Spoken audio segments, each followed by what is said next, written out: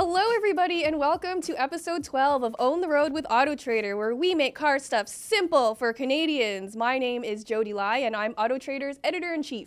And I am AutoTrader's road test editor, Dan Alika. I'm going with Dapper Dan and your jumpsuit, Jodi. Okay. Only those of you watching on YouTube can really see. Jodi's got this jumpsuit energy going today. I feel like I'm in Top Gun. You look like you're in Top Gun. Yeah, which is appropriate because this episode is all about our favorite movie cars and pop culture cars. Cool. So this is a topic I love because I watch so much TV and movies.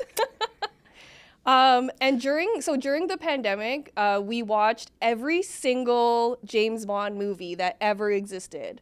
And we did it in order. That's the way to do it. And that was kind of, before that, I had only seen the Daniel Craig ones. And so it was really, really cool to see how the franchise kind of evolved from beginning to end. Yeah. And There's obviously, when we talk about pop culture cars, James Bond is always up there in, like, for sure. Everybody goes bananas over the Aston Martins. Yeah. And the Lotus Esprit submarine. And, like, you know, even, like, to me, some of the obscure ones, remember there was the Toyota 2000 GT convertible. Beautiful. In, which was it? Goldfinger. There was that Mustang convertible. There's so many good ones. There was like a Sunbeam Tiger at one point. Yeah, that was in Dr. No. That was the first James Bond because movie. it's such a tiny little car. Yeah, I love that scene when he's going up to, it's like 31 Magenta Drive. That's the address of the woman that he's going to, and they have this really wide shot, and he kind of like drifts around this gravel corner, and it's a really cool. It's a great scene, but I also was laughing so hard when I watched that because Sean Connery is so tall. Yeah, and he that looked car ridiculous. is so tiny. It was like me when I owned my Miata. That's exactly what I was thinking of, like gorilla in a phone booth, like they say. Yes. So anyway, those cars are always people's most favorite in James Bond, but I have like a very unconventional favorite James Bond vehicle. Let's hear it. It's not even a car. Okay. So in one, I believe this one was an Octopussy. Yeah. It was a Roger Moore. Which is funny because I'm at work, so it feels weird for me to say Octopussy. Yeah, that's a weird word. I feel weird saying it at work. But anyway, that was the movie.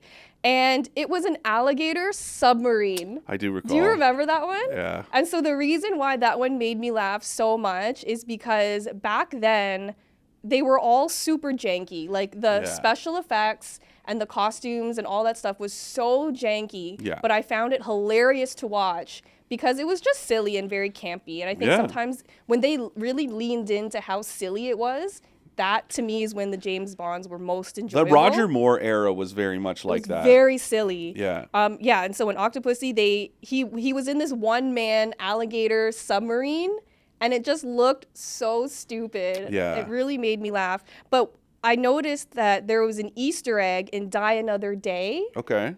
The alligator submarine makes a guest appearance in Q's lab, In Q's right? lab. Yeah. It was one of like the relics of, Gadget's past. That's something that I always loved about the franchise, that there was always those little callbacks, and same with like the little M's little British Bulldog on his and then her desk that carried through over the years.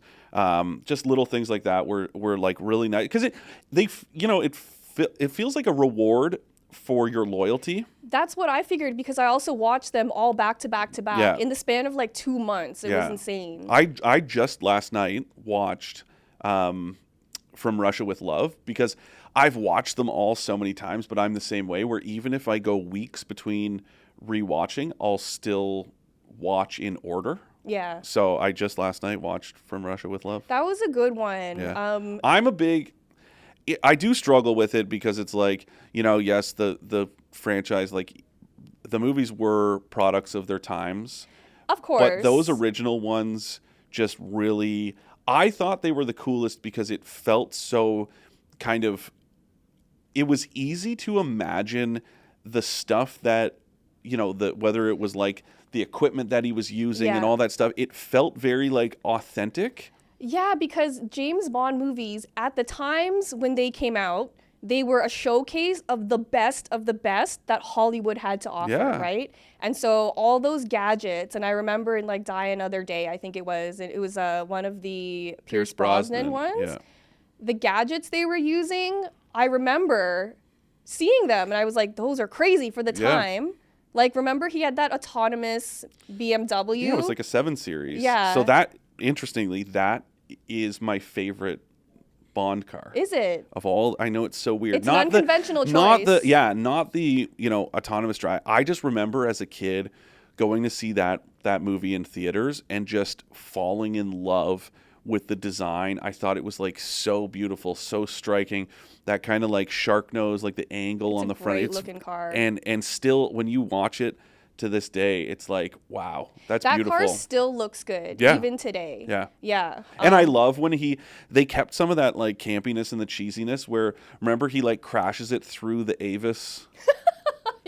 And it's like returning the rental car. Yeah. You know, just like silly stuff like that. It was so I really silly. liked. And for me, like, the more extra chase scenes are, the more I like them. So you liked the one from, I don't remember which Bond it was, when he's in Vegas. It's Roger Moore and he drives the Mustang Mach 1 and it's like on two like wheels. Sideways? Yeah. And there's another one, I don't remember which movie it was, but he literally jumps the car over a bridge. And it goes, yeah! And it's like this really cheesy sound effect. I was losing my mind at that scene because it was so ridiculous and I loved it so much.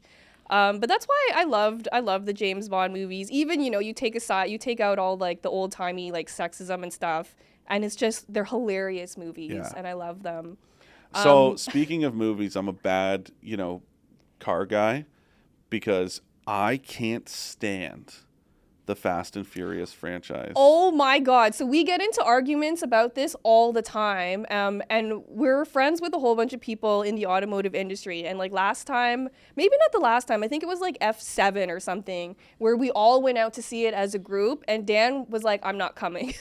Because I haven't seen one since Too Fast, Too Furious. So 10 is coming out soon. I've seen all of them.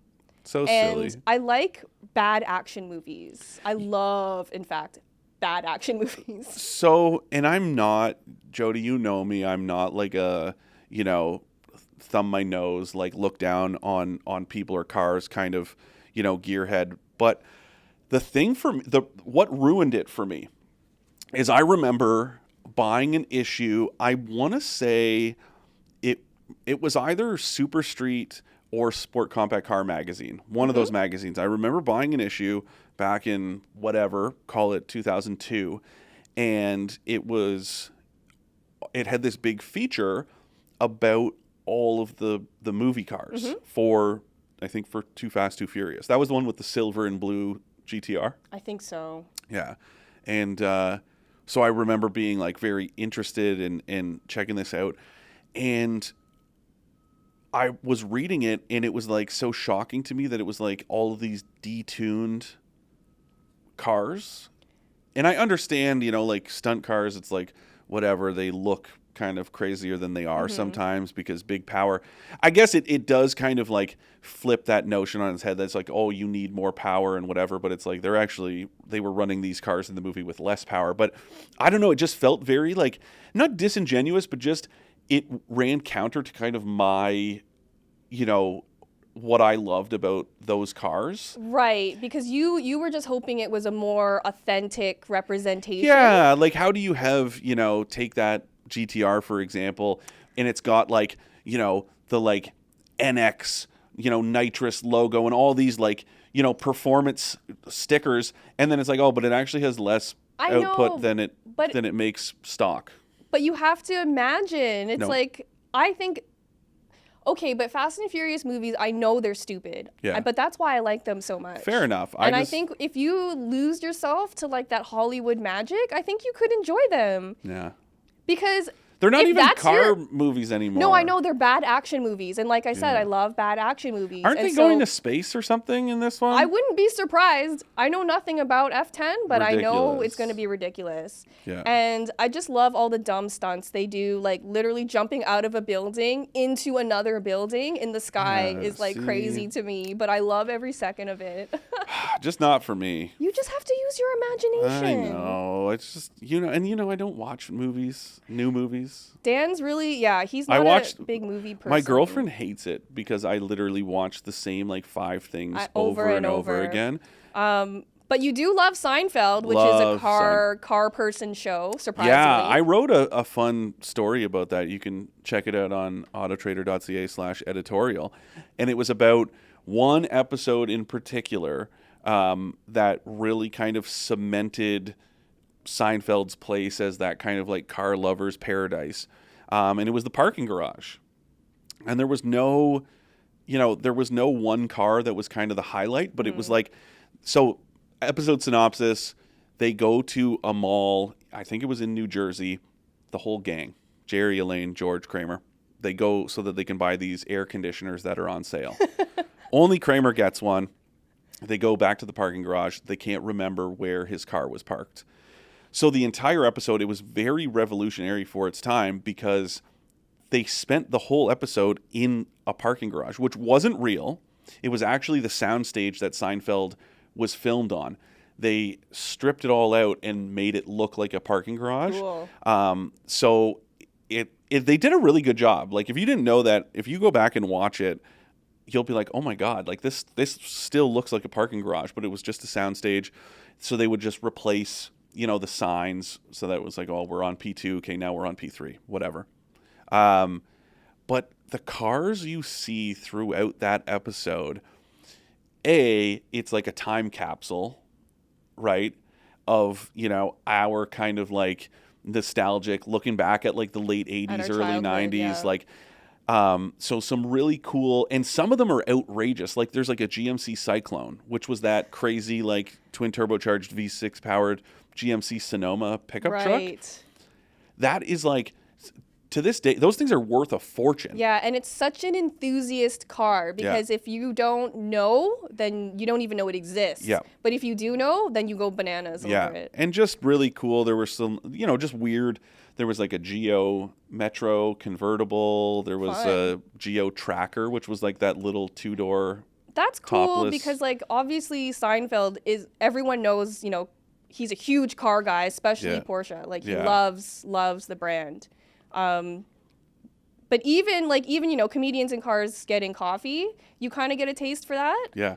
But this just felt so like, because to me, the authenticity of that episode felt like, these could have been like cast and crew members' vehicles, right? Right. Whereas you look at comedians in cars getting coffee, the whole point of it is to like match a collector vehicle to the celebrity that's his guest, right? Yeah. And I think the episode that you're talking about, it was kind of interesting because they were just in the background. Like, they didn't specifically point out cars to talk about. No. They were just kind of there for auto enthusiasts to kind of enjoy, like, Easter eggs. So if I don't know who, whether it was like a production coordinator or like, set decorator, whoever decided those, maybe Jerry Seinfeld was involved in the process. I don't know, but it was amazing. It was just such a cool episode, and to me it's one of those like classics because throughout it's like, he drives a Saab most of the time. There was some weird car, I don't remember what it was, in the very early days, and then he owned a BMW briefly. That's the one that the valet at that restaurant stunk up with his BO. And then that's when he switched to a Saab, and he was a Saab 9000 throughout the whole. Which is also such an enthusiast car. Like, Saabs are so nerdy. Yeah. People get really excited about Saabs. There's a good episode when it gets stolen, and then it like goes to this chop shop, and the police call him in, and him and Elaine go to like identify the car, and the cop says something about like, oh, the camshaft was stuffed so far up the turbo, and Jerry was like, turbo? Mine wasn't a turbo. And then him and Elaine are all excited, and this lady comes in and is like, did someone say turbo? A Saab 9000 turbo? And she came to like identify her car. And again, it's just like such a... It could have been anything. Yeah, it continues the storyline, and if you're not a car enthusiast, it doesn't stand out. But if you are, it's just one of those fun little like call-outs that it's like the turbo versus the naturally aspirated model. I don't know, just fun. I like it. That's fun, yeah, because it's such an inside joke, I think, between, that's cool. What about Friends? Not a car show at all, but a lot of cars carried some significance. And I know, and you know, that our chief marketing officer, Ian McDonald, is a huge Friends fan. Okay. And so we were talking about these cars, and I said, oh, like I'm, putting this list together of kind of the most significant cars on Friends. And he said, oh, like, I don't really think of Cars and Friends going together. But then he's like, now that you mention it, so it's like Phoebe's cab. And then I said, the Porsche 911 that Monica and Ross's dad gives to Monica to kind of make up for her stuff getting ruined. And Ian was like, oh, you mean the one that Ross washed with rocks when he was young? And Ian calling that out to me just kind of reinforced that idea that it was like they played these supporting roles. They were part of jokes that were like so fundamental to the show. Right. Even though the amount of driving, like there might have been a half dozen episodes where they spent any time in cars. Right. But those little jokes, you'll remember that forever. Oh, the one that, that's hard to say. Ross washed with rocks. There you go. And, Phoebe's cab, it's the same thing. Little things like, it doesn't have a seatbelt on the passenger side because the firefighters had to cut it. And it's like, I just love these little moments that the cars play. I love when they're subtle like that. Yeah. It really bothers me when like product placement in movies and TV shows is like way too obvious. I remember, and I'll bring this one up because I think it's hilarious. I used to watch a show called Heroes, Save the Cheerleader, Save the World. It was not a good show. I did not like it at all. But they were also sponsored by Nissan, I think. And one episode, and I think this is the episode I stopped watching because I hated it so much, they pull up a Rogue and she goes, oh, Daddy, a Nissan Rogue. And I'm like, that is the worst, most obvious product placement I've ever seen. And I stopped watching that show. I remember I've never watched the, what's that, Twilight or whatever, that vampire series. I've never watched it either. But I remember all of these like commercials, like the trailers, and it was like Volvo. It was very weird. It was like, that guy, the main guy, whatever his name is, drove like a Volvo C30, which was that little hatchback. Right. And then it was like his parents or somebody drove like a Volvo XC90, and it was like right when it came out. And I was like, oh man, that's product placement through and through. I mean, some of them make sense. That to me doesn't really make sense. No. But for example, like, Tony Stark's Audi R8, that made a lot of sense to me. But then here's one for you, okay? Here's one I've never understood. And maybe our good friend Jen McCarthy, the PR manager for Hyundai Canada, can help us answer this. How is it that Tony Stark drives this Audi R8? I've never seen the movie, but I know he had this R8 because he's this rich guy. And then all of a sudden, there's a Hyundai Kona Iron Man edition? And it had like all of these little, kind of features. That's a weird link up to me. What is even happening there? Yeah, that's kind of a weird link up.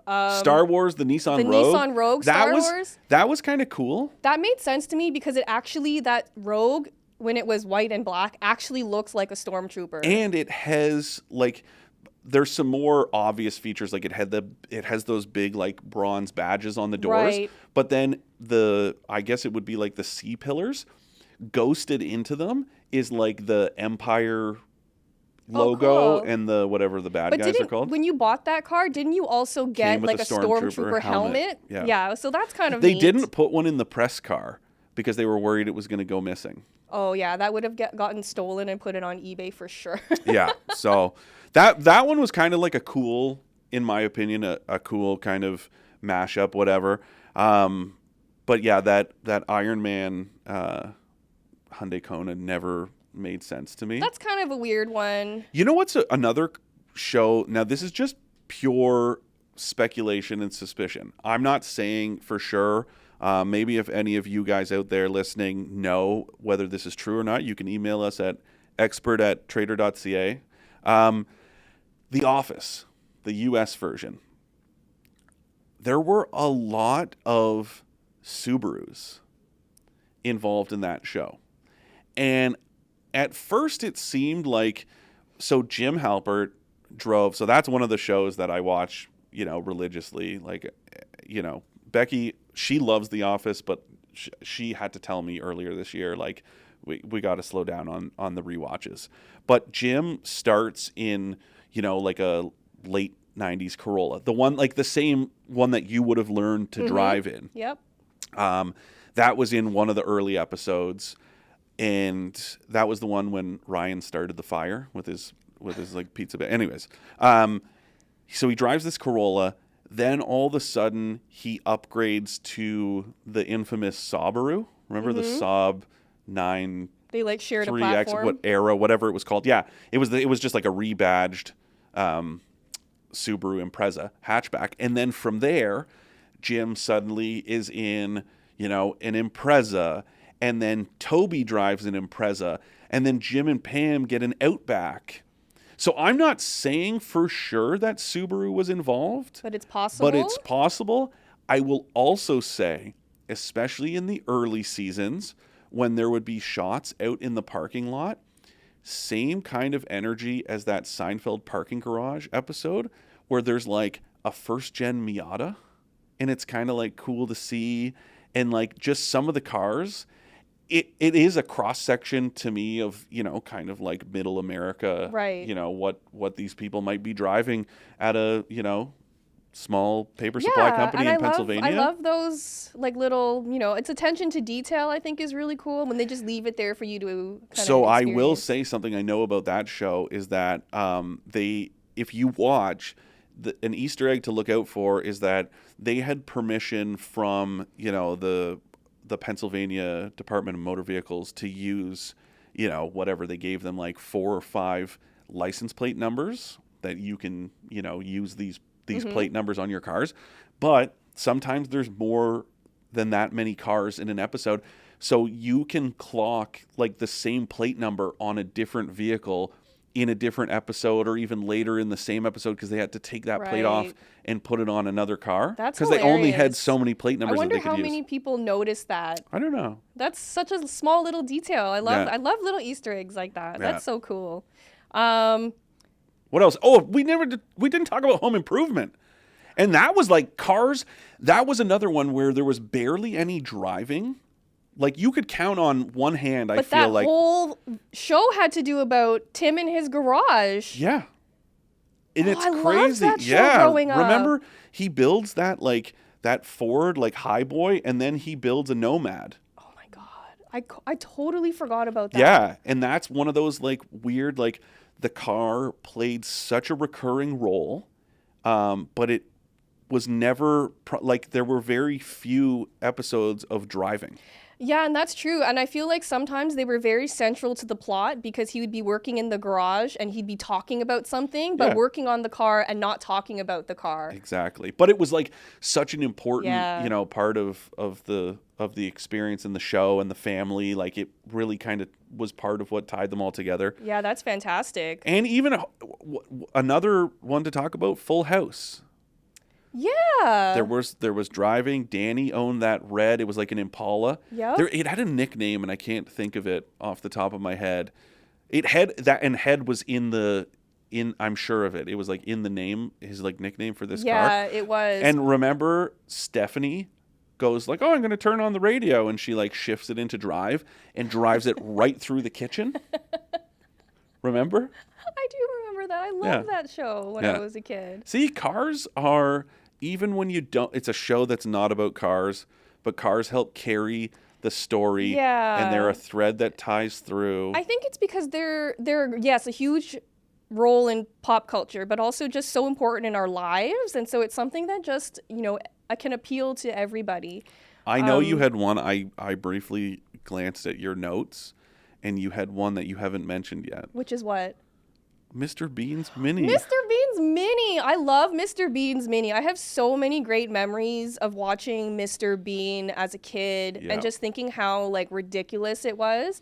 And honestly, he had to drive a Mini. Like, there's no other car he could possibly drive that would suit him. And I loved that he had such a hate on for the Reliant Robin, those three-wheeled cars, and he would tip them over. That was so funny. And Yeah. one of my favorite episodes with the Mini is when he's like sitting on top of it on a couch, On the on an roof. armchair, And he's steering using it with rope. yeah, and he uses like a broom to hit the gas pedal. So, the Goodwood Festival of Speed, which is an event in the UK, for those of you who don't know, it's like a showcase where automakers, there's like this hill climb, and it's like showing off these really impressive performance vehicles.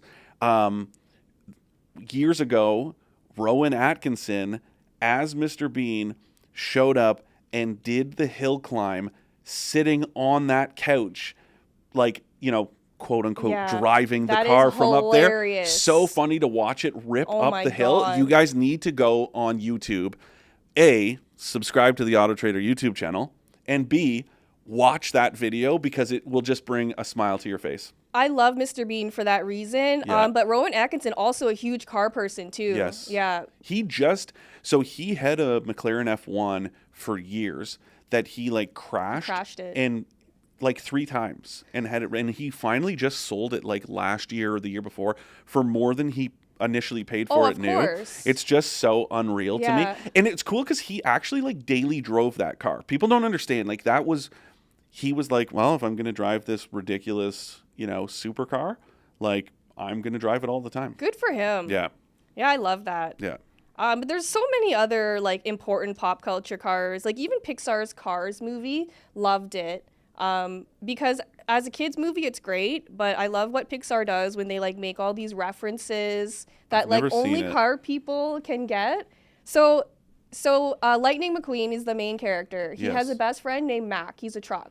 Okay, that's a good one. Right? Mac goes missing. Yes. And so McQueen is looking for his friend. No, it's Lightning McQueen.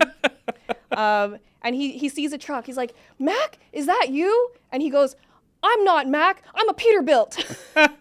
That's good. Which I thought was so cute. Like just these cute little details. I have to be honest, I've not seen those movies. You would actually love I believe them. it. One from my childhood that that just still to this day makes me smile. I have a Christmas ornament of it, is the Pizza Planet truck from Toy Story. Love that one. And it's like, it's you guys, I'm sure just about everyone listening has seen Toy Story, and all because those Pixar movies, they don't have like licensing to use real vehicles. It's just kind of based on. So those old Toyota pickup trucks would have Toyota stamped across the tailgate. So what the Pizza Planet truck, because it was driven by this like hippie, like, yo, dude, like, yeah. So it just said yo. And again, like you were saying, like car enthusiasts would see that and immediately go, it's a Toyota. But if you don't see it, it's just, you don't recognize it, and it's just like, oh, whatever. It ties in with the story of this like surfer boy driving this pizza delivery truck. And then that truck also comes back in later movies as well. So I kind of love how Pixar just ties it all together like that. Yeah. Very cool stuff. There's so many. Honestly, like if you guys have your favorite pop culture cars, email us at expert@trader.ca because there's so many things that we haven't gone through that we would love to. Yeah. So if there's something that really gets you going, like a fun car memory that you have in a movie, just email us. We do have one Ask an Expert question that has nothing to do with pop culture. Okay. So here we go. It's from Syed. He says, "Hi, I'm a subscriber of your channel from the YouTube. From the YouTube video on SUVs versus 4x4. Dan said that the Toyota RAV4 Hybrid has a separate motor for the rear wheels. So does that mean a front-wheel drive hybrid RAV4 is kind of all-wheel drive-ish?" It doesn't. But that's kind of one of those like, very regional questions because in Canada we only have an all-wheel drive RAV4 hybrid. In other parts of the world like the UK, there's a hybrid RAV4 that is front-wheel drive and there's an all-wheel drive version. But basically, Cole's notes, I'll do my best to keep this brief. The all-wheel drive RAV4 is what comes with that separate electric motor that drives the back wheels. It's independent of the rest of the powertrain. All Toyota hybrids in general use twin motor generators up front. So including the RAV4 hybrid, it's got that 2.5 liter gas engine, and then there's dual electric motor generators, one that actually drives the wheels and another one that puts energy into the battery pack. So no, front wheel drive RAV4 hybrids or any Toyota hybrids just power the front wheels. It's only when you have all-wheel drive that you add that separate electric motor in the back, and that's what motivates the rear wheels. Perfect. Thank you, Syed, for your question. We hope that kind of answers it. If anyone has car-related questions or personal questions for us... Like, Jodi, where'd you get that jumpsuit? It's very old. I actually think I thrifted it. I thrift a lot of stuff because I'm a big cheapo. That's how you get those bags of money to go buy your cars. Somehow. Yeah. But yeah, if anyone has any questions, please email us at expert@trader.ca. And that brings episode 12 of Own the Road with AutoTrader to a close. Thank you so much for joining us, and we'll see you next time. No catchphrase? I'm still thinking about one. All right, we'll see how we do on episode 13. Okay. All right, bye, guys.